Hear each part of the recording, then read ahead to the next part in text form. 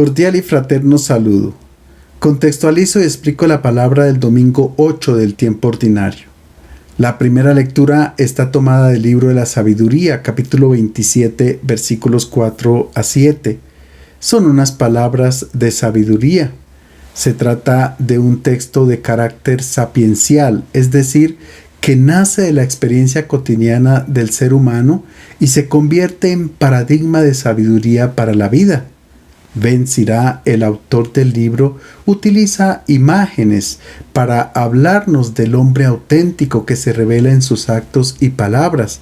Es que el lenguaje y los razonamientos de una persona nos revelan su calidad humana.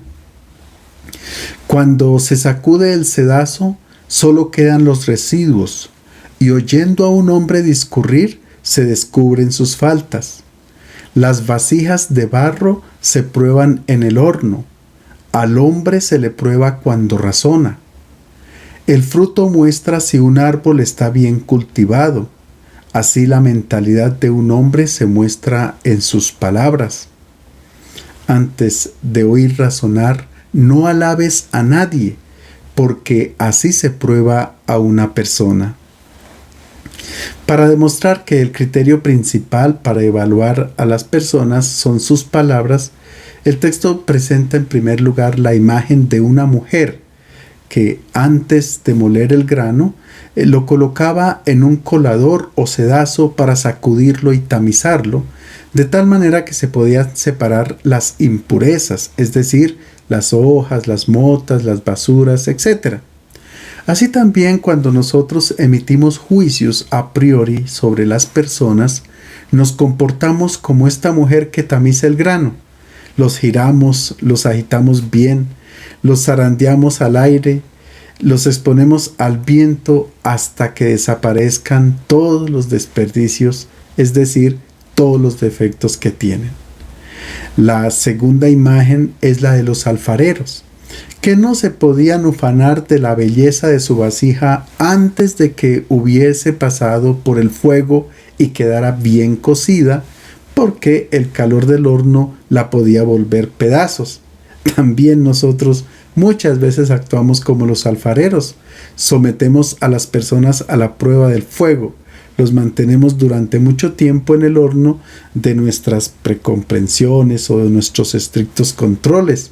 Solo quedan aquellos que resisten o son inmunes a cualquier defecto. Y la tercera imagen es la del árbol que da buenos frutos. Si ha tenido los cuidados necesarios, el árbol ofrece frutos dulces, agradables al paladar.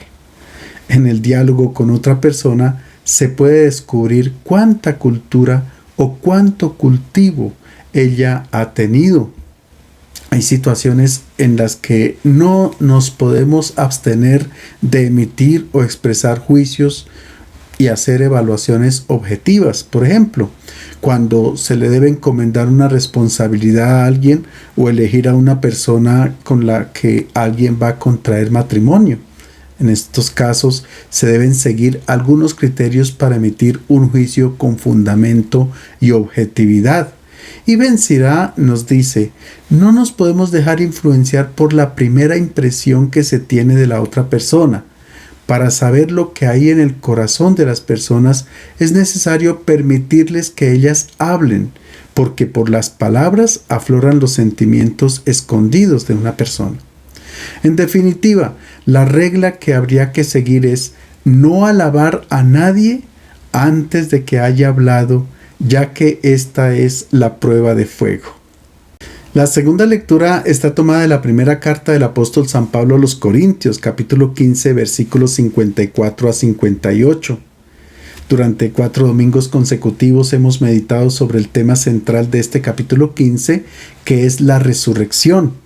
Y el personaje central es Dios, porque solamente Él es capaz de vencer el pecado que nos atrapa y liberarnos de la muerte que nos aflige. El texto es muy alegre. Pablo eleva una acción de gracias a Dios por haber vencido a la muerte con la resurrección de su Hijo y habernos concedido una nueva esperanza. Hermanos, cuando lo corruptible se revista de incorruptibilidad y lo mortal de inmortalidad, Se cumplirá lo escrito. La muerte ha sido vencida definitivamente. ¿Dónde está, oh muerte, tu victoria? ¿Dónde está, oh muerte, tu aguijón? El aguijón de la muerte es el pecado. El poder del pecado es la ley. Gracias sean dadas a Dios que nos da la victoria por medio de nuestro Señor Jesucristo. En conclusión, queridos hermanos, permanezcan firmes, inconmovibles, progresando siempre en la obra del Señor, convencidos de que sus esfuerzos por el Señor no serán inútiles. Pablo hace un resumen de lo que ha tratado en este capítulo. Cuando las personas resucitan, no vuelven a ocupar el cuerpo material, sino que entran en el mundo de Dios con un cuerpo cubierto de incorruptibilidad e inmortalidad. De esta manera se cumple la Escritura, y cita el pasaje del profeta Oseas en el capítulo 13, cuando Dios amenaza al pueblo rebelde. ¿Acaso los libraré del poder del sepulcro? ¿Los redimiré de la muerte? ¿Dónde están, oh muerte, tus espinas? ¿Dónde está, oh sepulcro, tu aguijón? Pero San Pablo interpreta este texto no de forma negativa, sino de forma positiva, diciendo que la muerte, con todos sus aliados, ya no tendrá más poder sobre las personas, porque la victoria de Cristo será total y definitiva. El apóstol termina exhortando a la comunidad para que no se quede de manos cruzadas contemplando las maravillas que le esperan, sino a trabajar, participar en este mundo con la certeza de que todo el bien que se construye y todo el amor que se comparte nunca serán en vano. El Evangelio está tomado de San Lucas, capítulo 6, versículos 39 a 45. Se trata de unas palabras de sabiduría pronunciadas por Jesús para alertar a sus discípulos contra unas actitudes que habían adoptado las autoridades religiosas de Israel. De acuerdo con la narración del Evangelio de Lucas, nos encontramos dentro del discurso inaugural de Jesús pronunciado en una llanura, cuyos destinatarios directos son sus discípulos. Recordemos que ellos fueron llamados cuando estaban pescando en el lago de Galilea y Jesús les había dicho que tendrían que ser pescadores de hombres. Recordemos también que Jesús los llama bienaventurados porque ellos lo han dejado todo para seguirlo. El Maestro les pide mediante unos dichos que tendrán que amar no solamente a quienes los aman, sino también a los enemigos, aquellos que les hacen daño. También les dijo que no respondieran a la violencia con violencia, sino que si alguien les golpea una mejilla, deberían poner la otra. Incluso que si alguien les quitaba el manto, ellos tendrían que ofrecerle la túnica. De este modo se caracteriza el amor del discípulo, que va mucho más allá de los criterios de venganza y orgullo que nos caracterizan o caracterizan al mundo. Por otra parte, recordemos que Jesús les ha prometido un premio, pero no es nada material en esta vida, ni tampoco un puesto de honor en el paraíso, sino que se trata de la semejanza con el Padre del cielo, que es misericordioso con todos sus hijos. Así como el Padre del cielo ama a todos y es muy bueno con los ingratos y malvados, así tendrán que obrar los discípulos para que realmente sean hijos de Dios.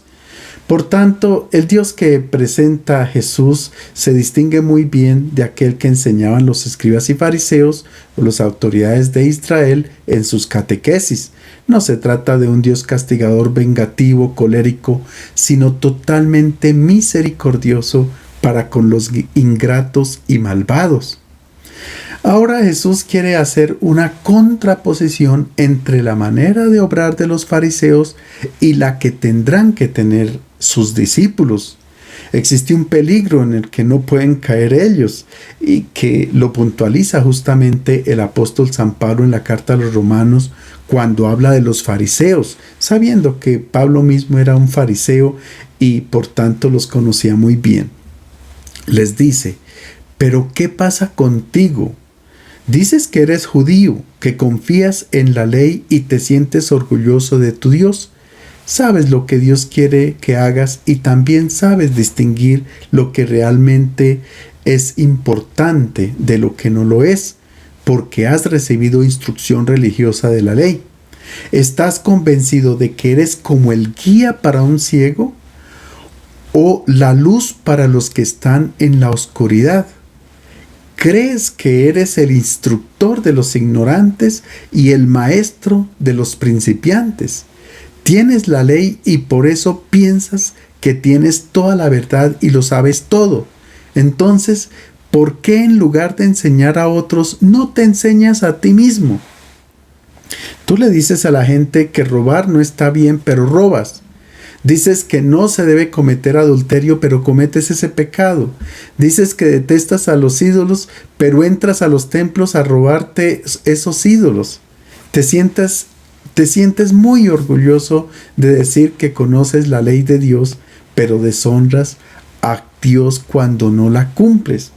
Por eso está escrito: los que no son judíos insultan a Dios por culpa de ustedes. Todo este cúmulo de actitudes de los fariseos no pueden permanecer en los discípulos de Jesús, y él tiene miedo de esto. Por eso los alerta sobre la codicia de la superioridad y sobre la pretensión que tienen los fariseos de creerse en los maestros y guías del pueblo. Escuchemos la primera parte del texto. En aquel tiempo dijo Jesús a sus discípulos esta parábola: ¿podrá un ciego guiar a otro ciego? ¿No caerán ambos en un hoyo? El discípulo no es más que el maestro. Cuando haya sido instruido, será como su maestro. El hecho de que un ciego guíe a otro ciego y caigan a un hoyo es muy lógico. El problema es cuando el ciego cree que ve muy bien y que puede iluminar al otro. El Evangelio de Mateo nos aclara mejor esta situación, donde Jesús ha tenido una fuerte discusión con los escribas y fariseos. Ellos preguntan a Jesús por qué sus discípulos no observan las tradiciones de los padres. Y Jesús les dice lo siguiente: ¿por qué también ustedes quebrantan el mandamiento de Dios con sus tradiciones? Hipócritas, bien profetizó Isaías de ustedes, cuando dijo: este pueblo me honra con sus labios, pero su corazón está lejos de mí. En vano me honran, enseñando como doctrinas mandamientos de hombres. Después de esta discusión, los discípulos le dicen a Jesús: ¿sabe que los fariseos se disgustaron mucho por sus palabras? Y él les responde: déjenlos, son ciegos guías de ciegos, y si un ciego guía a otro ciego, ambos caerán en el hoyo. Para un judío no había peor ciego que un pagano. Sin embargo, ellos también eran portadores de la ceguera. Ellos eran ciegos porque proyectaban un Dios de acuerdo con su realidad humana, es decir, pensaban en un Dios justiciero, vengativo, de acuerdo como ellos actuaban, y no se dejaban abrir los ojos. Y como se creían guías del pueblo, llevaban a todo el pueblo al abismo. En el capítulo 9 del Evangelio de Juan, después de que Jesús cura a un ciego de nacimiento, Jesús dice: yo he venido a este mundo para que aquellos que no ven reconozcan que son ciegos y abran los ojos, mientras que aquellos que están convencidos de ver permanezcan ciegos. Y los fariseos que estaban allí naturalmente se dieron cuenta que lo había dicho por ellos, y entonces preguntan a Jesús: ¿también nosotros estamos ciegos? Y Jesús les responde: si ustedes fueran ciegos, no tendrían ninguna culpa, pero ahora porque dicen vemos, su culpa permanece. Los discípulos de Jesús se deben distinguir muy bien de los fariseos. No se pueden convertir en ciegos guías de otros ciegos, sino que tienen que ser iluminados por la luz de Cristo y del Evangelio. Es que en la iglesia primitiva a los cristianos se les llamaba hoifotistentes, los iluminados, porque en el momento del bautismo se les abrían los ojos. Era el Evangelio, Cristo, quien los iluminaba. Incluso la fuente bautismal era llamada en griego hoifotisterion, es decir, fosfotos luz y terion lugar. Entonces el bautisterio era el lugar de la luz. es que después del bautismo el cristiano que ya tenía uso de razón o era adulto, dejaba de adorar a un Dios pagano, dejaba atrás los ídolos, porque era iluminado por Cristo y su evangelio. En el momento del bautismo acontecía la metanoia, es decir, la conversión, y el cristiano dejaba de razonar de acuerdo con la lógica del mundo antiguo para asumir los criterios del evangelio. Así dejaba de ser pagano o ciego y dejaba atrás su ceguera. En la carta a los Efesios, en el capítulo 5, se dice: porque antes del bautismo ustedes eran tinieblas, pero ahora son luz en el Señor. Anden como hijos de la luz. Examinen qué es lo que agrada al Señor y no participen en las obras estériles de las tinieblas, sino más bien repróchenlas. Que haya una actitud de agradecimiento a Dios entre ustedes. Entre los bautizados ahora debe haber luz, porque la luz es bondad, justicia y verdad. Los discípulos deben tener muy claro que no obstante hayan sido iluminados, no pueden constituirse en guías porque el único guía es Cristo y su evangelio. Pero existe la posibilidad de que si antes se avergonzaba de su comportamiento pagano, ahora se ufane o se enorgullezca por haber recibido el evangelio. Porque como dice el libro de la sabiduría, débil es la inteligencia de los hombres y falsas muchas veces sus reflexiones. El cuerpo mortal es un peso para el alma. Estando hecho de barro, oprime la mente en la que bullen tantos pensamientos. Es decir, en nosotros existe el impulso de lo que llama Pablo la carne, que es contraria al espíritu. Por tanto, aquel que ha sido iluminado no puede ser guía de nadie porque es frágil y mortal. El único guía es siempre Cristo y su palabra. De las 48 veces que aparece la palabra maestro en los evangelios, 45 se refieren a Jesús. Él es un maestro muy original, diferente a los demás. No da clases en una escuela, enseña en el camino. No cobra por sus honorarios y tampoco se dirige a una élite de intelectuales. Sus destinatarios son los pobres de la tierra. Es un maestro libre, tanto en la interpretación como en la práctica de la Torá.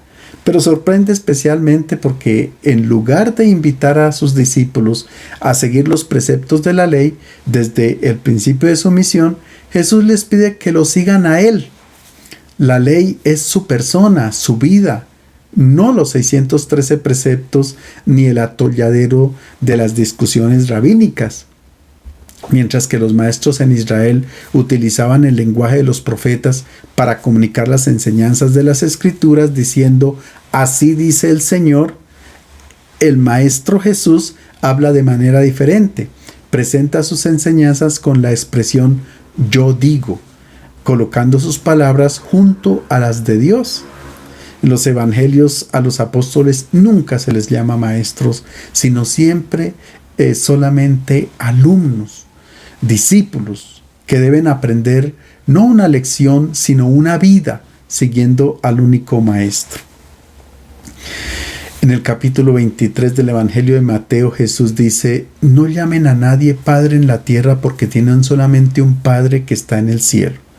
Ni deben pretender que los llamen guías porque Cristo es su único guía. El más grande entre ustedes debe ser el servidor de los demás, porque el que a sí mismo se engrandece será humillado y el que se humilla será engrandecido. Es que si los discípulos reciben el título de guías y maestros, no se distinguirían en nada de los escribas y fariseos que se hacían llamar con estos títulos y eran ciegos, como los llama Jesús. Ahora bien, nuestro Maestro, Jesús, nos ha dejado el Espíritu Santo que nos ha enseñado. Él nos lo prometió en la última cena. Cuando venga el Espíritu de la verdad, Él los conducirá hacia toda la verdad y les enseñará cada una de las cosas y les recordará todo lo que yo les he dicho y testimoniará a favor mío. El Espíritu que habita dentro de nosotros es el que nos enseña e ilumina las decisiones que tomamos en nuestra vida conforme a nuestra identidad de hijos de Dios. Escuchar esta voz es una experiencia bellísima que cada uno puede y debe hacer. Una voz que nos dice: no devuelvas el mal por otro mal. Ama a tus enemigos, a quien te calumnia, a quien habla mal de ti. Si te quita la túnica, ofrécele también el manto. Esta es la voz del Espíritu. Nosotros no podemos ser guías porque somos frágiles, y como escribe Pablo a los Corintios, no nos predicamos a nosotros mismos, sino a Jesucristo como Señor. Nosotros no somos más que servidores de ustedes por causa de Jesús. Pero llevamos este tesoro en vasijas de barro para que se vea que tan sublime poder viene de Dios y no de nosotros. Es que nosotros fuimos creados del barro, que es impuro y frágil. Sin embargo, en nuestras comunidades aparecen hermanos que no ven bien, tienen sus ojos nublados y muestran su fragilidad, enfatizando la debilidad de los otros hermanos. Por eso Jesús les dice: ¿por qué te fijas en la paja que está en el ojo de tu hermano y no miras la viga que hay en el tuyo?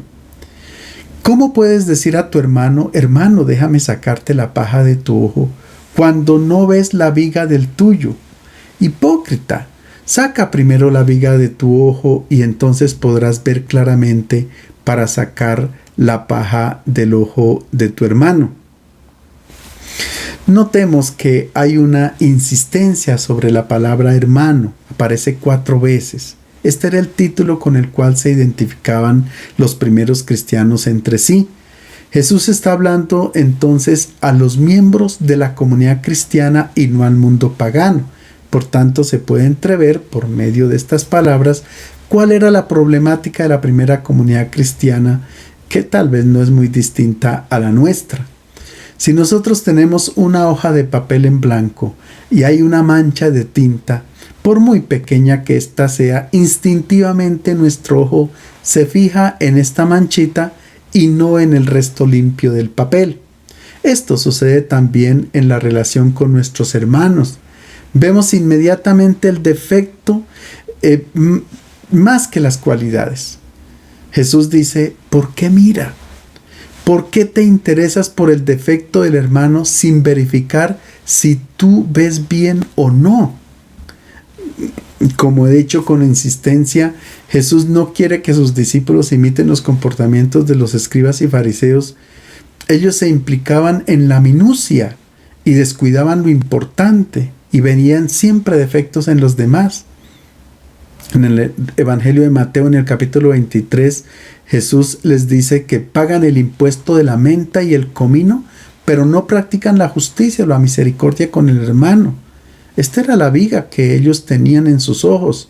Sin embargo, estaban atentos a la minucia, al impuesto de las hortalizas de menor valor. Eran guías ciegos que sacaban el mosquito del vaso, pero se tragaban hasta el camello. A lo largo de la historia de la iglesia nos ha pasado un poco también esta situación. Nos fijamos en pecados banales de las personas, pero cometemos desastres. Las cruzadas, por ejemplo, donde se ejerció la violencia por el orgullo y el afán de dominio. Pensemos en las guerras recientes de nuestros continentes. ¿Acaso no son cristianos la mayoría de los que combaten y se matan unos a otros? ¿Y qué decir de la realidad de nuestro país, donde nosotros, conciudadanos y tal vez bajo el título de cristianos, nos odiamos, nos matamos, asesinamos, robamos, cometemos graves injusticias con el hermano, etc.? Pero eso sí, nos abstenemos de comer carne durante los días de precepto.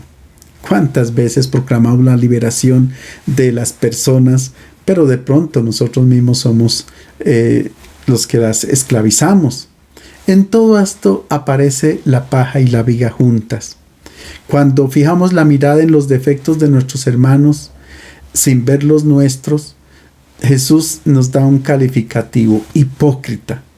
Esta palabra procede del griego y significa actor, comediante.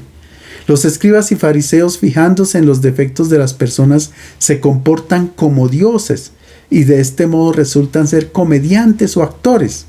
Esto no puede pasar con los discípulos de Jesús.